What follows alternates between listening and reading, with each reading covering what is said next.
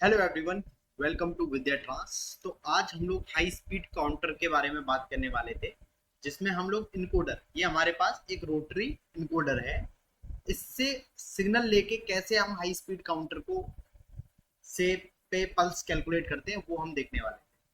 तो ये basically use होता है, आपकी कोई भी थ्री फेस मोटर है, उस पे आप क्या कर सकते हो, इसको इनबिल्ट कर सकते हो। तो जब भी मोटर घूमेगी तो ये भी घूमेगा। ये ऐसा फीडबैक का काम करता है, ऐसा फीडबैक सिग्नल का काम करता है, जो आपको ये बता सकता है, इसकी इंफॉर्मेशन दे सकता है कि मोटर कितना राउंड घूमी है, कितना रोटेशन मोटर ने घूमा है।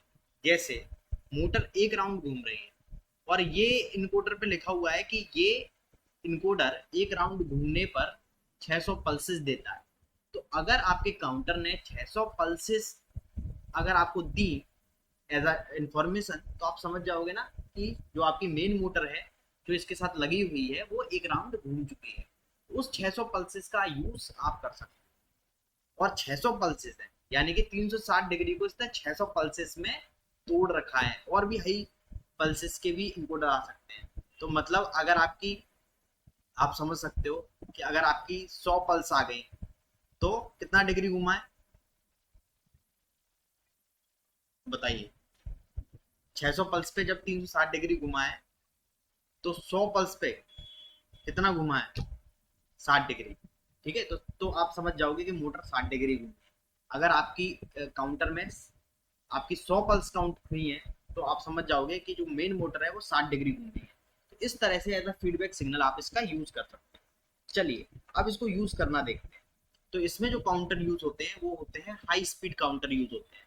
ठीक है, यहाँ पे मैं एग्जांपल ले रहा हूँ C235। तो ये आपके सारे हाई स्पीड काउंटर हैं, और अब हम देखेंगे एक एक करके इनको यूज कैसे करते हैं। उससे पहले इस इनकोडर की वायरिंग का सारा कुछ यहाँ पे लिखा रहता है इनकोडर पे। इस पे लिखा है कि रेड पे 24 वोल्ट पॉजिटिव चाहिए, ब्लैक पे 0 वोल्ट चाहिए, ग्रीन को आप, ग्रीन ए फेज है और वाइट बी फेज है। तो ए फेज को मैंने X0 पे कनेक्ट कर रखा है, और बी फेज को मैंने X1 पे कनेक्ट कर रखा है। तो ये मैंने कनेक्शन इसके कर दिए। अब क्या है, यहाँ पे आप देख पा रहे हो कि C235 जो काउंटर है, ये X0 से पल्सेस ले रहा है, और ये अप स्लैश डाउन काउंटर है, यानी कि इसे अप में भी आप यूज कर सकते हो और डाउन में भी यूज कर सकते हो। तो अप में कैसे यूज कर सकते हो, डाउन में कैसे यूज कर सकते हो, दोनों हम चीज यहाँ पे देखते हैं। तो सबसे पहले आप अगर इसे इन जनरल यूज करते हो, तो मैंने मान लो एक ऑलवेज ऑन बिट ले ली, और इससे C235 को मैंने यहाँ अटैच कर दिया। कोई भी नंबर आप ले सकते हो के आगे, अभी बस हम पल्स शो करना चाहते हैं। ठीक है,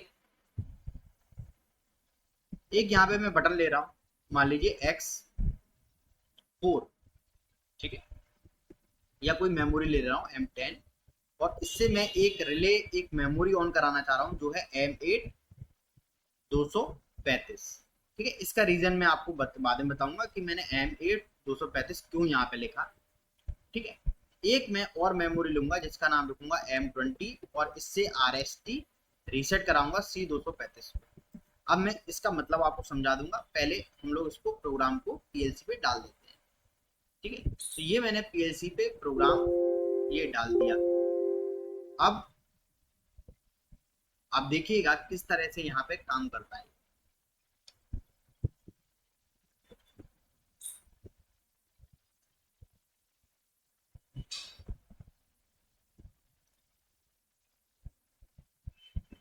ठीक है,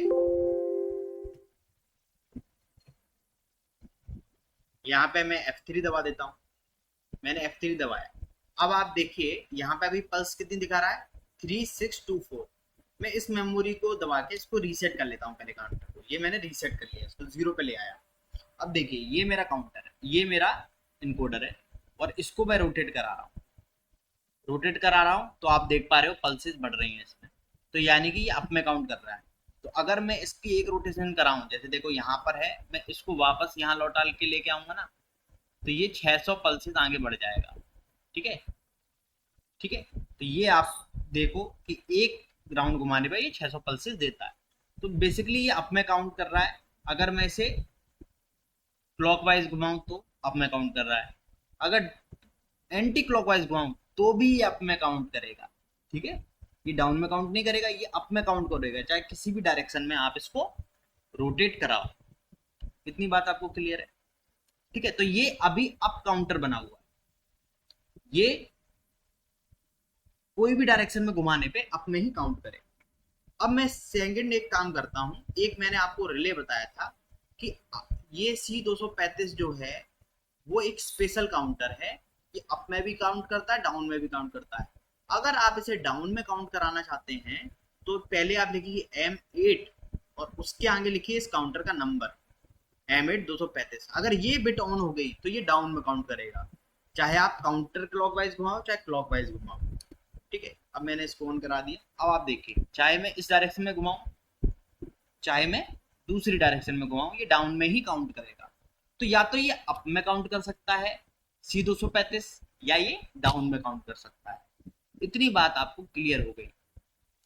अब आप में से कुछ लोग सोच रहे होंगे कि जब आपने इनकोडर का एक तार, ए फेज का एक तार X0 पे लगाया तो यहां पर इनपुट आपने X0 से क्यों नहीं दिया? तो देखो C235 जो ये स्पेशल काउंटर है, इनके लिए इनका इनबिल्ट जो प्रोग्राम है वही ऐसा सेट है कि X0 से इनको सिग्नल जो मिलना है वो X0 से ही मिलना है बाय डिफॉल्ट। X0 के अलावा इनको किसी और चीज से सिग्नल नहीं मिल सकता, उसी से सिग्नल अभी इसे मिल रहा है। ठीक है, ये देखिए, ये जो सिग्नल है, ये जो नंबर ये दे रहा है, ये उसी X0 की वजह से ही दे रहा है। पर आपको क्या करना होता है, इसको ऑन कराए रखना होता है, तभी ये सिग्नल को यहाँ पे शो करेगा। पहले काउंटर को आप ऑन करा दो, लगातार ऑन करा दो, M8000 जो बिट है वो लगातार ऑन रहती है। मैंने इसे लगातार ऑन करा दिया और फिर मैं इसे कहीं भी रोटेट कर रहा हूँ, ये अप या डाउन में काउंट कर रहा है। अप में कब कर रहा है? जब ये वाली मेमोरी ऑन नहीं है। और डाउन में कब काउंट कर रहा है? जब ये वाली मेमोरी ऑन है। ठीक है, अगर मैं इसको रीसेट कर देता हूँ तो दोबारा ये रीसेट हो जाता है। अब आते हैं सेकंड पे। अब देखो, C236 जो है वो X1 से काउंट ले रहा है। तो ये वाला जो काउंटर है इसमें दो फेज हैं, एक A और B। मैंने A को X0 पे लगा दिया है, B को मैंने X1 पे लगा दिया है। तो अगर आप C236 भी यूज करना चाहें तो कर सकते हैं, क्योंकि अब जो आपकी पल्स आएंगी वो X1 से आ जाएंगी। ठीक है, और X1 भी अप डाउन में काउंट आपको करवा सकता है। एक बार इसकी जगह आप चाहें तो ट्राई करके देख लें। ठीक है, C236 करेंगे तो भी आपकी आएगी, क्योंकि मैंने व्हाइट वाला जो दूसरा वायर है वो लगा रखा है। ठीक है, online right to PLC execute yes.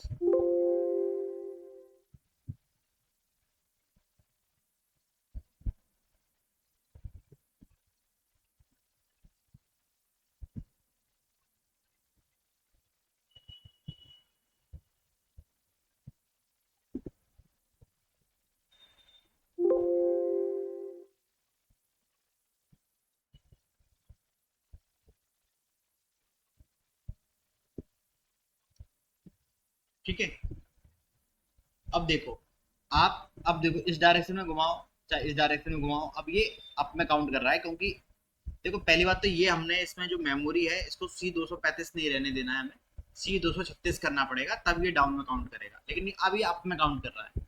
इतनी बात आपको क्लियर है? तो ये बेसिकली मेरा ये दिखाने का पर्पज था कि C236 भी आपका काम कर रहा है, क्योंकि अब ये X1 से सिग्नल ले रहा है। ठीक है, अब आगे बढ़ते हैं। X1 और X0 दोनों ही हमारे कनेक्टेड है ना, A और B फेस। अब आगे बढ़ते हैं और आगे चलते हैं 237 और 238 पे। तो 237 के लिए क्या फिक्स है कि ये X2 से सिग्नल लेगा, और 238 के लिए फिक्स है ये X3 से सिग्नल लेगा। तो क्या ये अभी काम कर पाएंगे? ये अभी नहीं काम कर पाएंगे, क्योंकि हमने X0 X1 पे A और B फेज लगा रखे हैं, तो अभी ये आपको यूज नहीं हो पाएंगे। ठीक है, अब आते हैं C241 पे। अब C241 में क्या है, देखो आपके पास इस इनकोडर के दो फेज हैं, एक तो आपने ए पे X0 पे लगा दिया, एक आपने X1 पे लगा दिया। अब ये क्या कह रहा है कि भाई X1 को मैं एज अ रीसेट यूज करूंगा, तो आपको वो व्हाइट वाला जो फेज है उसको निकालना पड़ेगा, क्योंकि सिग्नल दोनों पे ही आता है, तो इसको ये रीसेट करता रहेगा इस काउंटर। तो अगर आप उस वायर को निकाल देंगे तो ये रीसेट नहीं करेगा। अब क्या है, X1 पे आप कोई बटन लगा सकते हो इनबिल्ट, और उस बटन को दबा के आप इस काउंटर को रीसेट कर सकते हो, कोई प्रोग्रामिंग भी नहीं करनी पड़ेगी आपको प्रोग्रामिंग में, तो आप डायरेक्ट इसको बटन लगा के रीसेट कर सकते हो। इनबिल्ट है कि X1 पे अगर कोई सिग्नल आएगा तो ये रीसेट हो जाएगा अपने आप। तो इसमें क्या खास बात है, इसमें कोई खास बात नहीं है, सिंपल यही है। बस इसमें एक खास बात है कि इसने एक X1 को X1 को भी फिक्स कर दिया कि अगर इस पे आप कोई बटन लगा के उस पर सिग्नल दे देंगे तो मैं रीसेट हो जाऊंगा। नॉर्मली वाले काउंटर में आपको क्या करना पड़ेगा, एक LD X5 या कोई भी बटन लेके RST सिग्नल लगाना पड़ेगा, इसमें वो भी नहीं लगाना पड़ेगा, इसमें इनबिल्ट रीसेट आपका सेट है। C242 इसका भी कोई X2 X3 को यूज करके इसने अप डाउन रीसेट बनाया है, और ये अप डाउन रीसेट और सेट, इसमें सेट का भी आपको फीचर दिया गया है 244। अब आपके जो आते हैं काउंटर्स वो ये आते हैं C246 से लेके C249 तक। अब ये काउंटर जो है दोस्तों या तो अप में काउंट करते हैं या फिर डाउन में काउंट करते हैं। तो इनके साथ जो इनकोडर के दो तार हैं जो आपने X0 और X1 में लगा रखे हैं, तो दोनों तार को आप नहीं लगा सकते। क्यों? आप एक तार को लगा सकते हो, जैसे आपने A फेज को X0 में लगा दिया तो ये अप में काउंट करने लगे, और अगर आपने B फेज में X1 को लगा दिया तो ये डाउन में काउंट करने लगेंगे। तो बेसिकली आप इनसे एक वायर के थ्रू या तो अप में काउंट करा सकते हो या एक वायर के थ्रू आप इनसे डाउन में काउंट करा सकते हो। ठीक है, ये क्या है, ये स्विच हो जाते हैं, अप में भी काउंट कर लेंगे और डाउन में भी आपके काउंट कर लेंगे। सबसे अच्छी चीज है ये 251 वाले काउंटर। ठीक है, तो पहले मैं ये ए और बी फेज वाले काउंटर को आपको के साथ डिस्कस करता हूँ, C251 से लेके C254 तक। अब हम लोग आते हैं अपने सॉफ्टवेयर में। सबसे पहले ऑनलाइन जाके PLC रीड करके एक बार हम लोग मॉडल वगैरह सेलेक्ट कर लेते हैं, और C251 को मैं आपको चला के दिखाऊंगा। तो C251 काउंटर जो है वो किस तरह से काम करता है ये देखना बहुत जरूरी है हमारे लिए। ठीक है, उसके बाद फिर हम लौट के आ जाएंगे। ठीक है, अब देखो, अब मैं यहाँ पे F2 दबाता हूँ और मैं ले रहा हूँ यहाँ पे LDM 8000 C251 K100, और रीसेट के लिए एक बटन लगा दे रहा हूँ M10, तो इसको रीसेट करा देगा C251 को। अब ये देखना इसमें क्या खास बात है, ये बड़ा अच्छा ही काउंटर है, और ये A और बी फेज यानी कि जो आपने इनकोडर के दो तार हैं वो X0 X1 में लगा रखे हैं, तब ये काम करेगा। और ये कैसे करेगा वो देखिएगा। तो आप इसको देखेंगे तो आपको लगेगा अब ये दोनों डायरेक्शन में अलग अलग काम करता है। जैसे आप अगर इसे क्लॉकवाइज घुमाएंगे तो ये अप में काउंट करेगा, और अगर आप इसे एंटी क्लॉकवाइज घुमाएंगे तो ये डाउन में काउंट करेगा। हालांकि जो पहले आपने काउंटर पढ़े थे वो ऐसे नहीं थे, उनको अप या तो अप में करते थे या डाउन में करते थे, या एक दूसरा आपने देखा वो क्या करता था, वो करता था या तो अप में करेगा या फिर डाउन में करेगा। लेकिन अब ये देखिए, ये काउंटर जो है C251 और से लेके 254 तक, ये देखिए ये अभी अप में कर रहा है, मैं इसे एंटी क्लॉकवाइज डायरेक्शन में घुमा रहा हूँ तो ये अप में कर रहा है। ठीक है, अगर मैं इसको दूसरी डायरेक्शन में घुमाऊं तो ये डाउन में कर रहा है। ठीक है, तो ये है ब्यूटी C251 से लेके C254 तक। ठीक है, 51 से लेके 54 तक ये काउंटर है। अगर आप एंटी क्लॉकवाइज घुमा रहे हैं तो अप में कर रहा है, और क्लॉकवाइज घुमा रहे हैं तो डाउन में ये कर रहा है। ठीक है, अब देखिए मैं एक तार इसमें से निकाल लेता हूँ। तो ये देखिए ये मेरी PLC है, और PLC में से थोड़ा सा मैं देख लेता हूँ, PLC में से मैं एक वायर निकाल देता हूँ। तो ये देखिए जो व्हाइट वाला वायर है, आई होप आप देख पा रहे होंगे। ये मैं थोड़ा सा कैमरा एडजस्ट कर ले रहा हूँ, और मैं यहाँ पे भी देख लेता हूँ कि आप PLC देख पा रहे हैं। हाँ, PLC आप देख पा रहे हैं, और ये व्हाइट वाला वायर निकाल। ठीक है, अब आप देखिएगा ये जो है ये A फेज है और ये आपका B फेज है। और अब हम ले सकते हैं C, अब आप टेस्ट कर सकते हैं C241 को भी, C246 को भी, क्योंकि अब आपने केवल X0 पे सिग्नल बने रहने दिया है। अब ये काउंट देखना किस में करेगा, ये अप में ही काउंट करेगा। ठीक है, तो मैं यहां से इसको चेंज कर देता हूँ, C246 कर देता हूँ, ठीक है। और रीसेट करने के लिए मैं इसको C246 कर देता हूँ,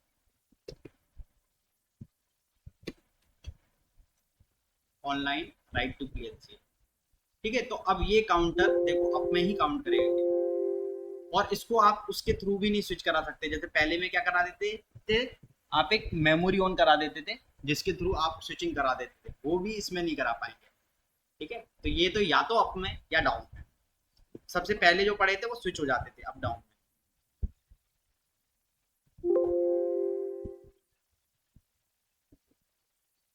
ठीक है।